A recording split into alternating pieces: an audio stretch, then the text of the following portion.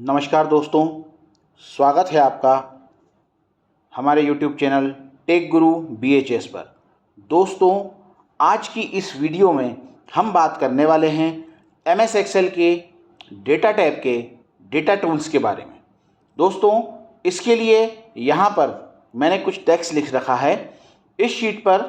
जैसे मान लीजिए कि आपके पास यदि कोई इस प्रकार का टेक्स्ट है जिसमें कॉमा या अदर कोई ऐसा कैरेक्टर बीच में यूज़ किया गया है जिसकी वजह से आपका डेटा बहुत मैसी है, तो इस डेटा को आप सेपरेट कैसे कर सकते हैं ये आज हम इसमें सीखेंगे। यहाँ पर क्लिक करेंगे। क्लिक करने के बाद हम जाते हैं टेक्स्ट टू कॉलम ऑप्शन पर।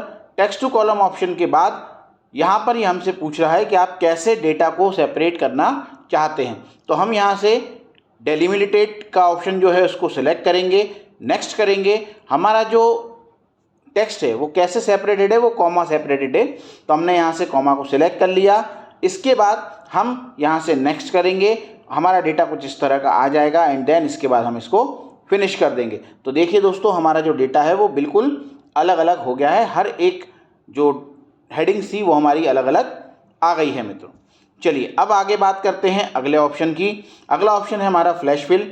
अगर मान लीजिए आपके पास कुछ इस तरह का डेटा है जिसमें नाम और कुछ नंबर साथ में लिखे हुए हैं, तो इसको अलग अलग करना अगर आपको है तो उसको अलग करने के लिए हम क्या कर सकते हैं, उसके लिए हम फ्लैश फिल का उपयोग करेंगे मित्रों। दोस्तों, यहाँ पर हम सबसे पहले लिखेंगे राम। राम लिखने के बाद हम यहाँ पर एंटर प्रेस करके और फ्लैश फिल कर देंगे।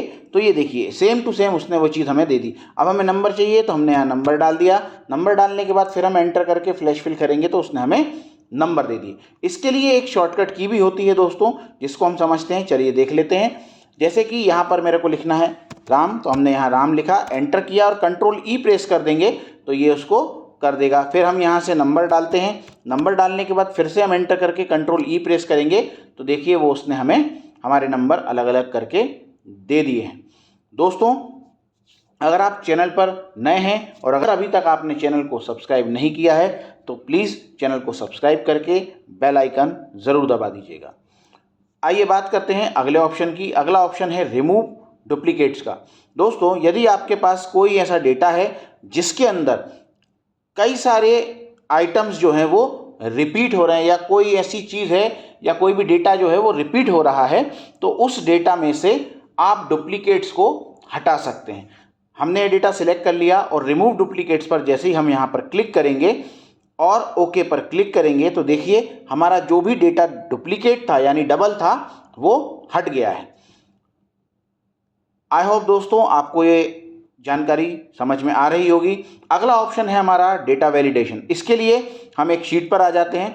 यहाँ पर हमारा एक शीट बना हुआ है एम्प्लॉय शीट, जिसमें बहुत सारा डिटेल यहाँ डला हुआ है।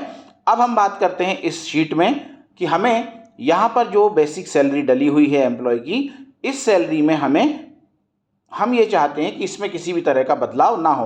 तो बदलाव ना हो इसके लिए हम डेटा वैलिडेशन का यूज़ करते हैं, जो कि एक तरह का रिस्ट्रिक्शन है कि आपके डेटा में कोई भी किसी भी प्रकार का बदलाव ना कर सके। तो हम डेटा वैलिडेशन पर क्लिक करेंगे।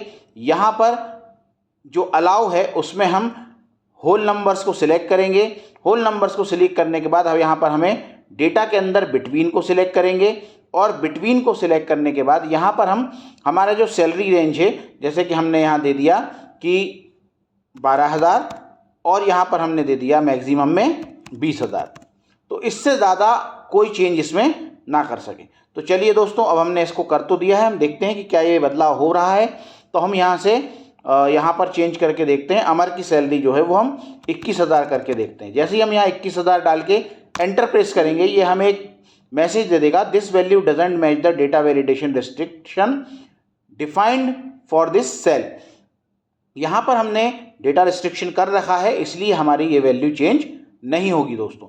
चलिए, अभी हमने लोवेस्ट वैल्यू डाली थी 12,000, तो हम यहाँ पर 11,000 डाल के देख लेते हैं। तो 11,000 जब हम डालेंगे तो देखिए फिर से यहाँ पर ये हमें रिस्ट्रिक्शन दे रहा है, क्योंकि हमने डाली थी 12,000। इससे नीचे की अगर वैल्यू डालेंगे तो वो उसको नहीं लेगा। दोस्तों, 12,000 से 20,000 की जो हमने रेंज डाली है उसके बीच में अगर कोई भी वैल्यू होगा तो वो यहाँ पर ले लेगा। चलिए यहाँ पर बात करते हैं एक और ऑप्शन की कि मान लीजिए हमें इस लिस्ट में कैंडिडेट का कॉन्टैक्ट नंबर जो है वो जोड़ना है। तो यहाँ पर जैसे ही हमें कॉन्टैक्ट नंबर जोड़ने की बात आती है, हमने यहाँ कॉन्टैक्ट लिख दिया। अब हम चाहते हैं कि इस सेल के अंदर जो कॉन्टैक्ट नंबर है वो 10 नंबर से ज़्यादा का नहीं होना चाहिए, क्योंकि कभी कभी जल्दबाजी में हम जब डेटा लिखते हैं, भरते हैं, बहुत लंबी शीट होती है, तो कभी कभी एक आध नंबर ज़्यादा लिख देते हैं। तो यहाँ पर अलाउ से हम सिलेक्ट करेंगे टेक्स्ट लेंथ। टेक्स्ट लेंथ में आने के बाद यहाँ पर हम इसमें डाल देंगे इक्वल टू, और इक्वल टू के बाद यहाँ पर हम डाल देंगे 10 कि 10 से बराबर होने। इसके बाद यहाँ पर हम ओके करेंगे। अब इसमें देखिए जैसे ही हम यहाँ पर कोई नंबर लिखेंगे, हम यहाँ पर कोई नंबर लिखते हैं और एंटर प्रेस करेंगे, तो देखिए ये हमें फिर से रिस्ट्रिक्शन दे रहा है कि यहाँ पर नंबर्स जो है वो ज़्यादा हो रहे हैं। तो हमें यहाँ पर नंबर को बदलना है। देखिए उसने ऑटोमेटिक नंबर बदल कर हमें दे दिया है। तो दोस्तों इस तरह से हम हमारे शीट में अलग अलग ऑप्शन का यूज़ करके data restriction, remove duplicates, text to column, इन फ्लैश फिल, इन ऑप्शन का उपयोग कर सकते हैं। साथ ही साथ यहाँ पर एक और ऑप्शन दिया हुआ है कंसोलिडेट। आइए इसको भी समझ लेते हैं। वापस हम इस शीट पर आते हैं। मान लीजिए यहाँ पर मेरे कुछ नंबर लिखे हुए हैं, जैसे कि मैंने यहाँ पर नंबर डाल दिए। इसके बाद यहाँ पर भी कुछ नंबर लिखे हुए हैं और इनके बाद यहाँ पर जो है मुझे इनका टोटल चाहिए। अब मुझे जब इसका टोटल चाहिए तो मैं कंसोलिडेट पर जाता हूँ। कंसोलिडेट पर यहाँ पर जब हम जाएंगे तो ये हमसे पूछ रहा है रेफरेंस। तो हमने यहाँ से रेफरेंस में ये जो पहली रेंज है इसको सिलेक्ट कर दिया और इसके बाद इसको कर दिया ऐड। फिर यहाँ से दूसरी रेंज को सिलेक्ट कर लिया और इसको कर दिया ऐड। इसके बाद जब हम यहाँ से ओके करेंगे तो देखिए हमारे सामने इसका टोटल निकल कर आ गया है। 48 और 45 दोनों का टोटल जो आया वो हमारा यहाँ पर 93 आ गया है।